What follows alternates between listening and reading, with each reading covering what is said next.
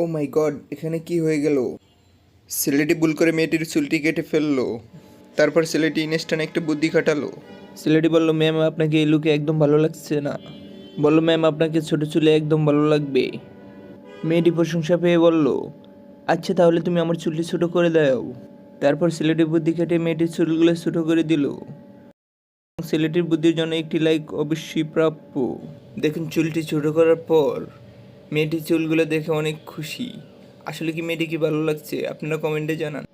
তারপরে আপনারা যদি এই ছবিটি ভালোবেসে থাকেন অবশ্যই একটি লাইক করবে। 哎，你过来那是主要请了个微山旅游的是吧？是。我今儿给你设计了一款特别符合这景点的发型，然后你绝对能融入这个峨眉山文化，行吧？行。那就有人。